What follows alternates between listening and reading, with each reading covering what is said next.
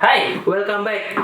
Control chart consists of two parts, which is control chart for attribute and control chart for variable. Both of this control chart is used to control the process using some technique in statistics. Let's see and discuss about control chart for variable.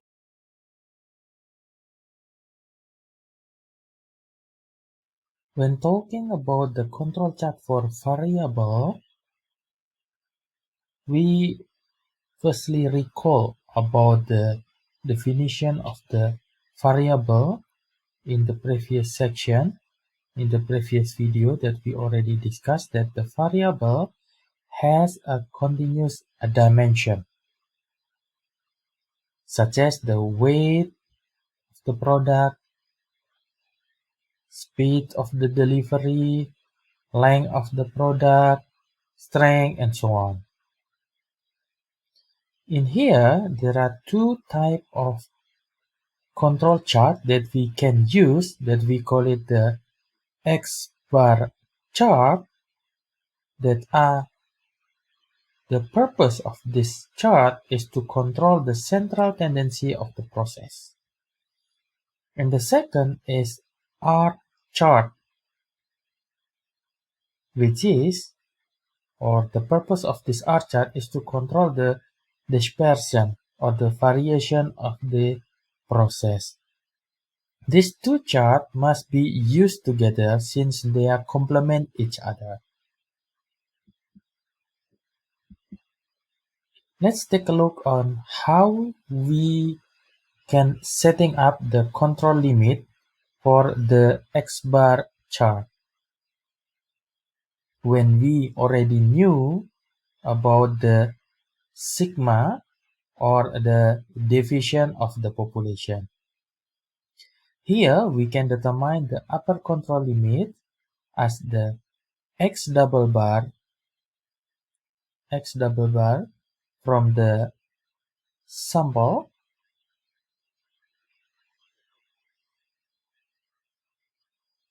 plus Z in this case is number of normal standard deviation. It is derived from the level of our belief, level of our tolerance to the error, multiply by the sigma of X bar, which is, this is the sigma of the average of the sample. The sigma X bar, the formula for this is sigma divided by square root of n, which n is sample size. The lower control limit has similar formula with the upper control limit. The difference is that when the upper control limit has plus in here, the lower control limit is minus. So X double bar minus Z multiplied by sigma X bar. Let's take a look at the simple example. We have 12 hours measurement, 12-hour measurement, when each hour we pick up, so each hour we pick up 9 sample. So here for each hour we have the mean and also the deviation or sigma. Mean in this case is X bar and this one is sigma.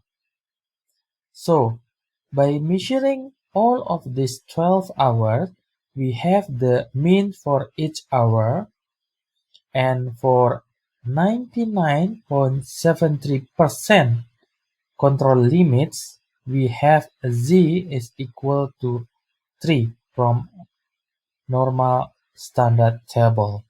When we calculate the upper control limits, is simply X double bar, which is average of all of these 12 hours, equal to 16 plus 3 multiplied by, this one is 1 divided by 3. Okay, and then the lower control limit is x double bar minus this, in this case 16 minus 3 multiplied by 1 per 3. Why this is 1 per 3? Because the sigma x bar is equal to sigma divided by square root of n, which is, this is 9. So this is equal to 1 divided by square root of 9. So 1/3. And then we make a plot of all the sample during the 12 hours. It turned out that the sample number 10, 11, and 12 is out of control. This is because of there is an assignable causes for this out of control. So the operation manager has to find out the reason why at this hour it is out of control and solve it. So the process is written back to under control. Second type of chart is, we call it R chart. Yes, this is the type of variable control chart that shows the sample range, which is, it's simply the difference between the smallest and the largest value in the sample over the time. What is the purpose of we are using R chart? Because we want to monitor the process variability, not only the process central tendency. And this variability is independent from the central tendency or the mean. How to setting up the control limit for the R chart? This is simple.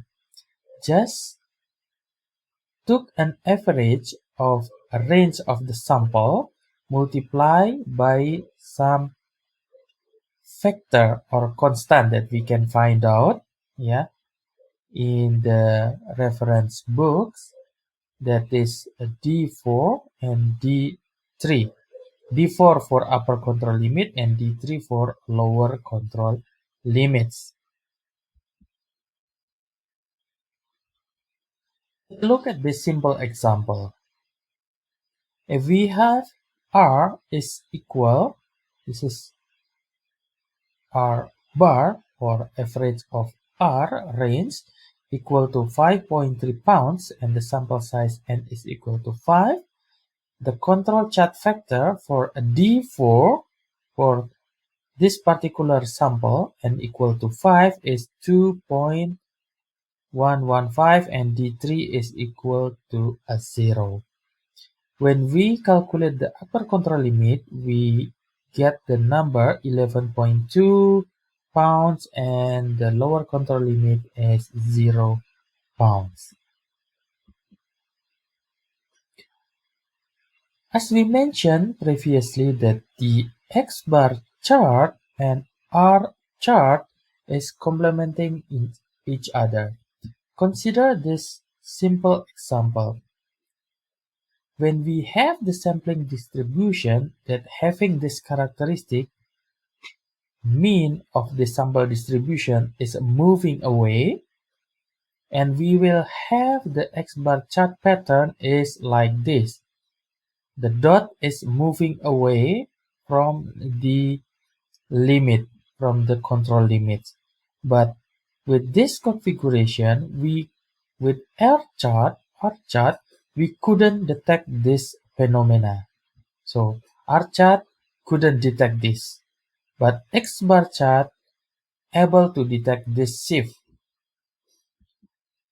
The other example is when we have the situation where the deviation of the distribution or sampling distribution is not constant. but it is larger over the time.